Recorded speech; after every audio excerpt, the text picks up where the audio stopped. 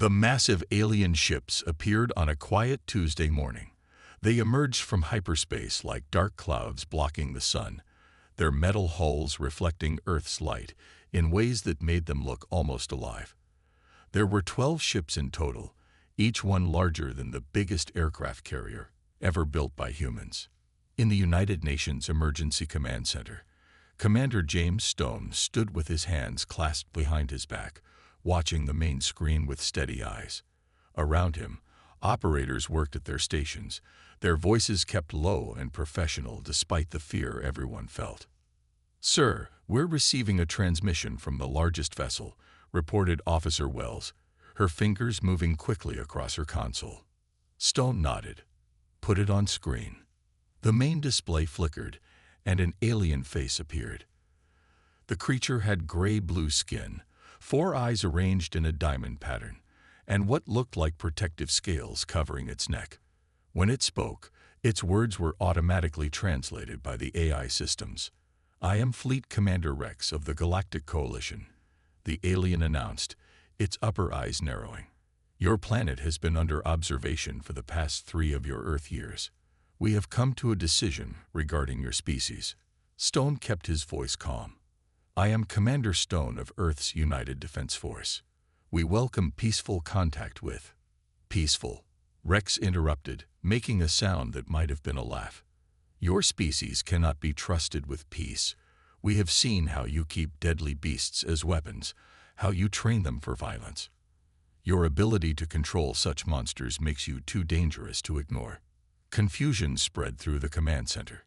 Stone glanced at his advisors, but they looked just as puzzled. "I'm afraid I don't understand," Stone said carefully. "What beasts are you referring to?" Rex's scales flared with what seemed like anger. The alien pressed something off screen, and suddenly the main display split to show various images from Earth. People walking their dogs in parks, police canine units training, rescue dogs working in disaster zones, and even a family playing with their golden retriever in their backyard. "These creatures," Rex declared, "these descendants of pack hunters that you have somehow enslaved.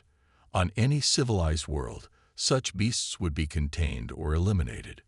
But you humans," the alien commander's voice dripped with disgust, "you keep them in your homes. You let them near your young.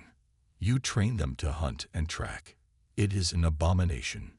Stone had to work hard to keep his expression neutral. Of all the possible first contact scenarios they had planned for, this hadn't been one of them. "Commander Rex, I believe there's been a misunderstanding. These are dogs. They're domesticated animals that have evolved alongside humans for thousands of years. They're pets and helpers, not weapons. Do not try to deceive us." Rex's voice boomed through the speakers. "We have seen their teeth, their claws, their predator eyes. We know what they are capable of. Our own world once had similar beasts, and they nearly wiped out our ancestors before we developed the technology to defeat them." The alien leaned closer to the camera, all 4 eyes focused intently. "You have 24 of your Earth hours to release these creatures into the wild where they belong. Free them from whatever control methods you use. If you refuse," Rex gestured to the massive ships visible through the command center's windows, "we will be forced to take more direct action to ensure the safety of the galaxy." The transmission cut off abruptly, leaving the command center in stunned silence. After a long moment, Officer Wells spoke up. "Sir, did an advanced alien civilization just threaten to bomb us because we have dogs?" Stone rubbed his temples, feeling a headache coming on. "Send a message to all major military and government centers." And he sighed, "Get me in touch with the head of the International Canine Federation. Something tells me we're going to need their help with this one." Outside, the alien ships loomed in the sky like storm clouds, while below, completely unaware of the diplomatic crisis they had caused, millions of dogs continued their daily routines of naps, walks, and loving their human families. Lieutenant Anna Thompson was eating lunch in the K9 unit break room when the emergency alert came through. Her German shepherd, Max, lifted his head from his paw at the sound of her phone buzzing. The message was brief but urgent. Report to UN command immediately. Bring your dog. Looks like lunch will have to wait, buddy, she told Max, who was already standing, alert and ready. She couldn't help but smile at his eagerness, even as worry gnawed at her stomach. K-9 units weren't usually called to UN command. 2 hours later, Anna stood in Commander Stone's office, Max sitting calmly at her side. The commander was explaining the situation while an alien ship cast shadows through his window. So let me get this straight, Anna said slowly. They want us to release all dogs into the wild because they think we're using mind control on them. Stone nodded grimly. They believe dogs are naturally vicious predators that we somehow enslaved through advanced technology. They see it as a threat to galactic peace. He looked at Max, who was watching the conversation with intelligent eyes. We need to show them they're wrong. That's where you come in. Sir, with all respect, how can I help? I'm just a K-9 handler. Exactly. Stone pressed a button on his desk, and a holographic screen appeared showing the alien commander's earlier message. You're one of our best handlers, and Max is a perfect example of what we need to demonstrate. A highly trained dog who works with humans by choice, not force. The door opened, and a technical team entered, carrying various pieces of equipment. We're going to broadcast a demonstration, Stone explained. Show the aliens exactly what the relationship between humans and dogs really is. As the tech team set up their equipment, the alien ships above sent another message. This time, it was broadcast worldwide. Humans of Earth, Commander Rex's voice boomed from every television, radio, and digital device. You have 18 hours remaining to comply. We have detected no mass release of your beasts. Your resistance to free these creatures proves our concerns correct. Rex's face appeared on screens worldwide. We are monitoring all frequencies. Show us you are complying, or we will be forced to take action. These predators cannot be allowed to remain under your control. Anna looked at Max, who responded by gently placing his paw on her foot, something he did when he sensed she was worried. The simple gesture of comfort gave her an idea. Commander, she said, turning to Stone, instead of just showing them training exercises, what if we show them everything? The whole story of humans and dogs. Stone raised an eyebrow. What do you mean? Well, they're watching all frequencies, right? Let's give them something to watch. Not just police dogs, but everything. Therapy dogs helping kids, guide dogs leading the blind, rescue dogs saving lives, and yes, family pets just being loving companions. The commander considered this for a moment, then nodded slowly. Get me the major news networks, animal organizations, and every dog trainer you can find. Tell them to broadcast everything they have about dogs helping humans. And Lieutenant, yes, sir. You and Max will do a live demonstration. Show them what a real partnership looks like. As Anna left the office with Max trotting beside her, people in the hallway stopped to stare at the dog. Word about the alien ultimatum had spread, and now everyone was looking at dogs differently, not with fear, but with the realization that humanity's oldest animal friendship might be the key to preventing an interstellar war. Above them, the alien ships continued their ominous watch, while below, millions of dogs continued doing what they had done for thousands of years, being humanity's best friends, completely unaware that their very nature was now at the center of Earth's first galactic crisis. Aboard the alien flagship, Commander Rex watched the flood of incoming broadcasts with growing horror. Every screen in the command center showed different images of dogs interacting with humans. His scales bristled as he saw what the humans called puppy training classes, where young beasts learn to sit and stay on command. This is worse than we thought, Rex muttered to his second-in-command, Officer Trill. They start conditioning these predators when they're infants. Trill's 4 eyes blinked in sequence, a sign of deep distress. Commander, you should see this historical data our analysts just decoded. The main screen filled with images from Earth's past, cave paintings showing humans hunting alongside wolves, ancient sculptures of dogs guarding temples, paintings of nobles with their hunting hounds, and photographs showing the evolution of different dog breeds. Rex felt his throat pouch constrict with anxiety. On his homeworld, such scenes would have meant death.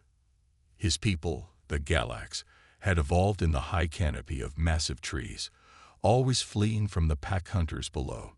Generation after generation had lived in fear of the howling creatures that roamed in groups, using their intelligence and speed to bring down prey. "Show me the human broadcast again," Rex ordered, trying to understand how any species could willingly live with such monsters. The screen switched to a live feed. A female human, Lieutenant Anna Thompson, according to the data, stood in an open field with her beast. Rex watched as she put the creature through various exercises. The dog ran through obstacles, found hidden objects, and responded to quiet voice commands. "Observe their control methods," Rex said to his crew. "There must be some technology we're missing. Sound waves, chemical controls." "Sir," one of the analysts spoke up, "our scans detect no control devices. The only items on the canine are a collar with identification tags and something they call a flea treatment." Then something happened that made Rex's scales flare in shock. The exercise complete, the human female knelt down, and the beast bounded over to her. Rex expected violence. Instead, the dog gently pressed its face against the human's chest while she wrapped her arms around it in what humans called a hug. "Impossible," Rex whispered. More broadcasts poured in from around the planet. Dogs helping search through rubble after earthquakes. Dogs leading blind humans safely through busy streets. Small dogs sitting calmly on the laps of elderly humans in care homes. Puppies tumbling playfully with human children. "Commander," Trill said softly, "I've been analyzing their language patterns. They don't call them beasts or predators. The most common terms are pets and friends." Rex watched as a small human child on one of the screens fell down. Before its parent could react, their family dog was there, gently helping the child up and licking its face while the child giggled. "But this goes against everything we know," Rex protested. "Our ancestors spent millennia hiding from creatures just like these. How can humans just trust them?" The answer came from an unexpected broadcast. A human scientist explaining the history of dog domestication. The voiceover played while showing scenes of wolves gradually approaching human campfires thousands of years ago. "We didn't tame dogs," the scientist explained. "In many ways, they tamed themselves. The friendlier wolves realized they could have a better life cooperating with humans than hunting alone. Over thousands of years, both species evolved together, learning to read and understand each other. It's one of the oldest partnerships in Earth's history." Rex sat in his command chair, all four eyes fixed on the screens. Everything he'd assumed about humans and their beasts was being challenged. His people had overcome their predators through technology and warfare. Humans had done something his species had never even considered possible. They had turned predators into friends. "Sir," Trill asked cautiously, "should we proceed with the attack preparations?" Rex continued watching the screens, particularly focusing on Lieutenant Thompson and her dog Max as they demonstrated yet another search and rescue exercise. "No," he said finally. I think we need to learn more." The world held its breath as Lieutenant Anna Thompson walked onto the demonstration field. The aliens had agreed to watch one final presentation before making their decision about Earth's fate. No pressure, she thought to herself as she looked at the millions of viewers counter on the large display screen. Max walked calmly beside her, his tail held high with confidence. Above them, the alien ships had moved lower in the sky, their massive forms blocking out the afternoon sun. Small observation drones hovered around the field, broadcasting every detail to the alien fleet and to nervous humans worldwide. "Ready, buddy?" Anna whispered to Max. His ears perked up at her voice, and he gave a soft woof in response. Commander Stone stood at the edge of the field with the rest of the UN officials. Through a special communication link, Commander Rex and his alien crew would be able to ask questions during the demonstration. "You may begin," Rex's translated voice boomed across the field. Anna took a deep breath and started with basic commands: sit, stay, come. Max performed each one perfectly. These commands, she explained to the cameras, are taught with positive reinforcement. Treats, praise, and play. Never force or fear. "But how do you maintain control without fear?" Rex's voice asked. "On our world, such creatures only responded to force." Instead of answering directly, Anna moved to the next demonstration. She lay down on the ground, completely still, pretending to be unconscious. Max immediately went into his search and rescue mode. He checked her breathing, then ran to a nearby officer and barked, leading him back to Anna. "Good boy," Anna said, sitting up and rubbing Max's ears.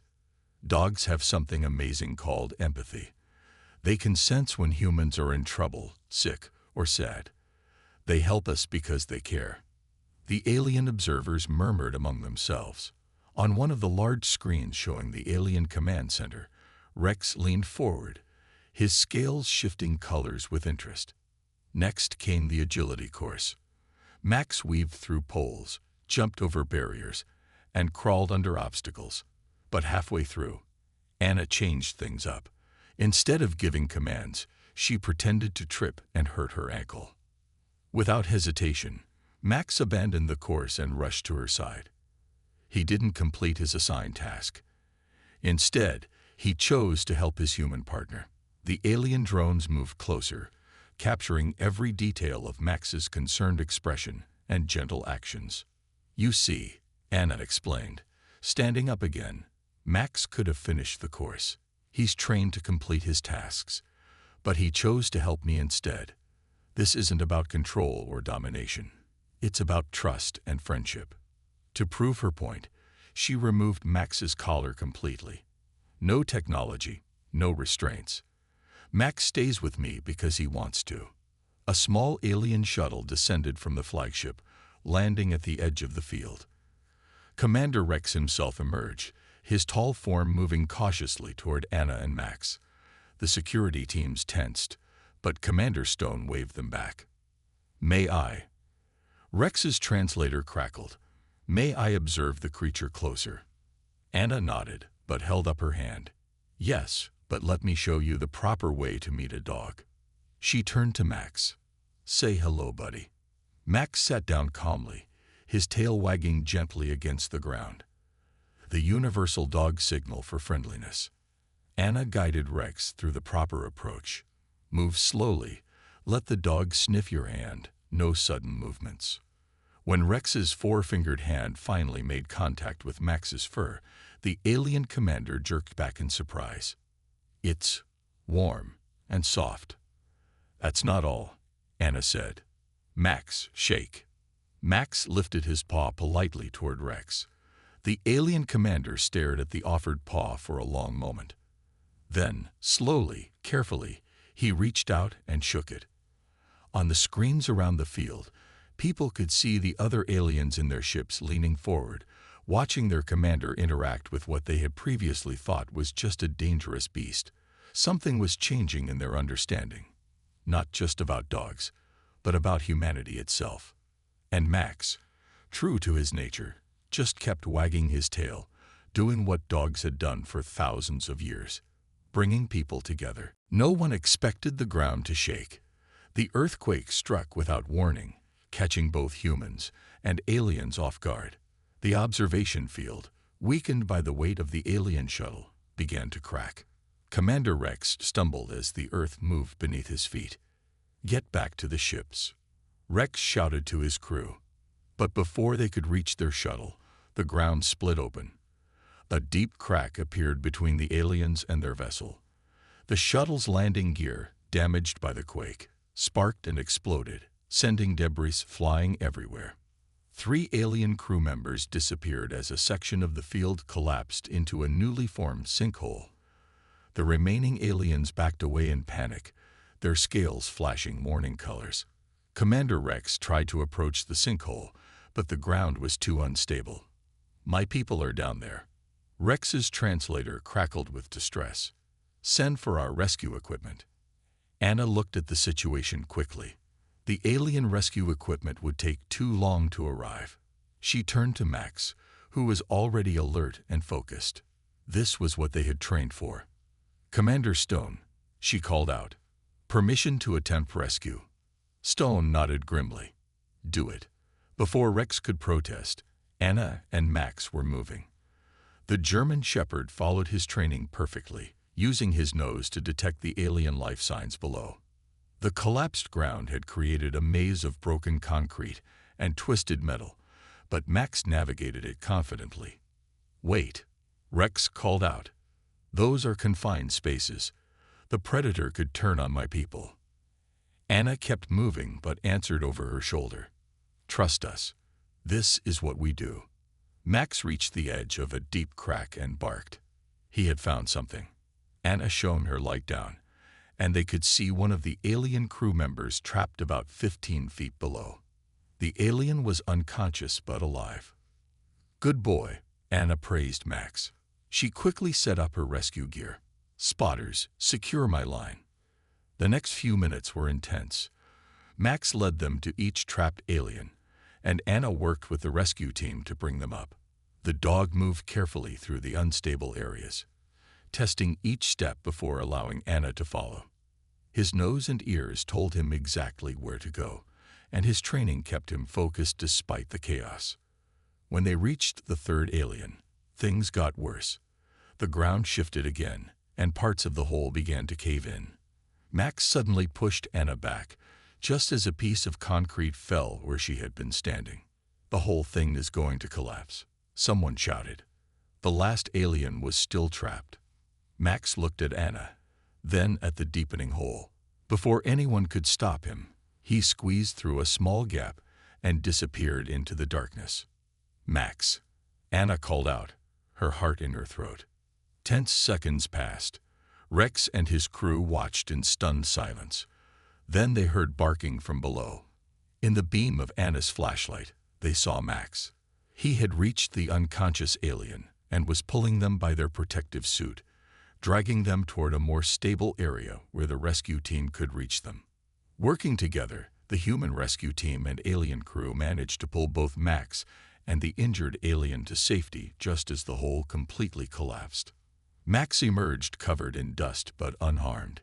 He immediately checked on Anna, then went to each rescued alien, making sure they were okay. Commander Rex stared at the dog with all four eyes wide open. He risked his life for my people."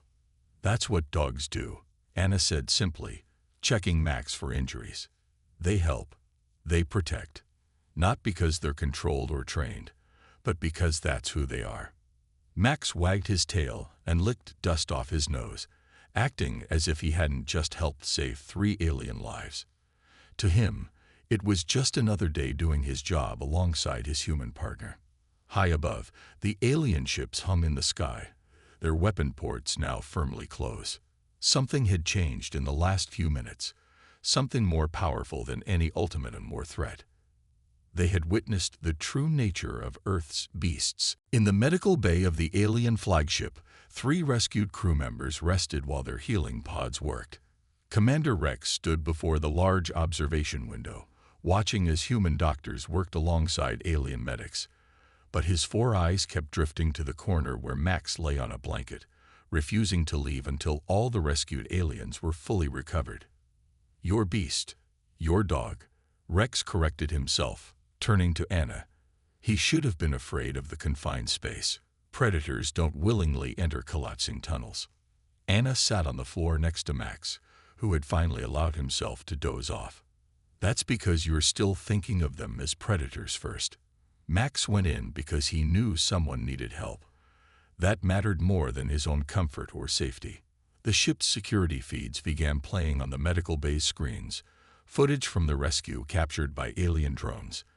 The images showed Max's careful movement through the debris, his gentle handling of the injured aliens, the way he had pushed Anna out of danger.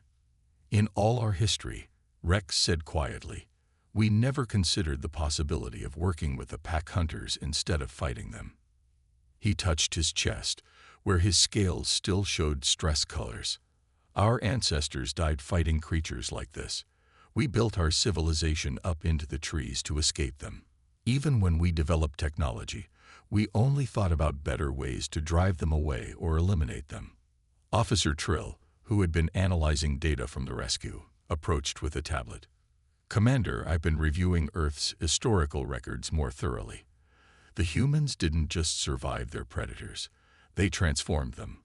Not through force or dominance, but through, she checked her translator, cooperation and selective breeding.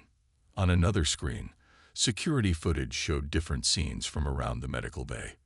A therapy dog visiting human patients in another section, bringing comfort to those injured in the earthquake. A guide dog leading its visually impaired handler safely through the ship's corridors. Max getting up from his blanket to gently nuzzle one of the healing pods, as if checking on the patient inside. It's more than just training, Anna explained, watching Rex's reaction to the footage. Dogs evolve to understand human emotions.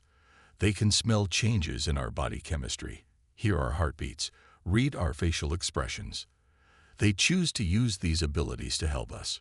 Rex moved closer to Max, his movements still cautious but no longer fearful. Max opened one eye and thumped his tail against the floor in a friendly greeting. On my world, Rex said, we teach our children that showing weakness to a predator means death. Yet here, he gestured to the footage of dogs helping injured and sick humans. They seem to be drawn to those who need help the most. Because they're not predators anymore, Anna said. They're guardians, helpers, friends. 10,000 years of evolution alongside humans changed them. And it changed us too. The medical bay's alert system chimed. The 3 injured crew members were fully healed.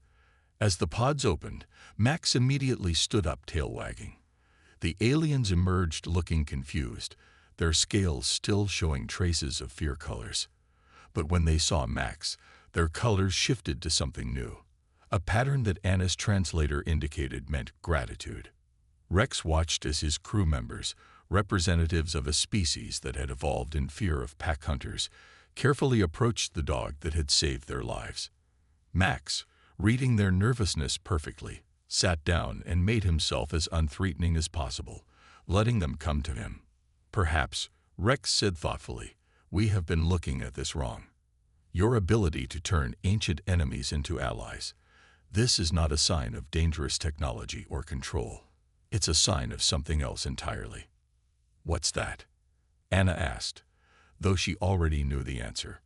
Hope, Rex replied, watching as one of his crew members tentatively stroked Max's fur. The hope that old fears can be overcome, that nature itself can be transformed not through force, but through friendship. Above them, the alien fleet's weapon systems powered down completely. Earth's first interstellar crisis was ending not with conflict, but with understanding, all thanks to a dog doing what dogs do best, bringing people together. 6 months after the earthquake incident, the United Nations Interstellar Relations Center had a new addition to its security team. Lieutenant Anna Thompson and Max now worked alongside both human and alien diplomats, helping to bridge the gap between species.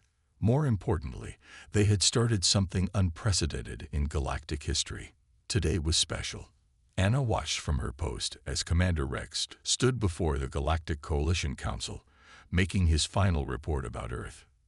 In conclusion, Rex said, his scales now showing the calm colors of certainty, I recommend not only full diplomatic relations with Earth, but also the creation of a new initiative.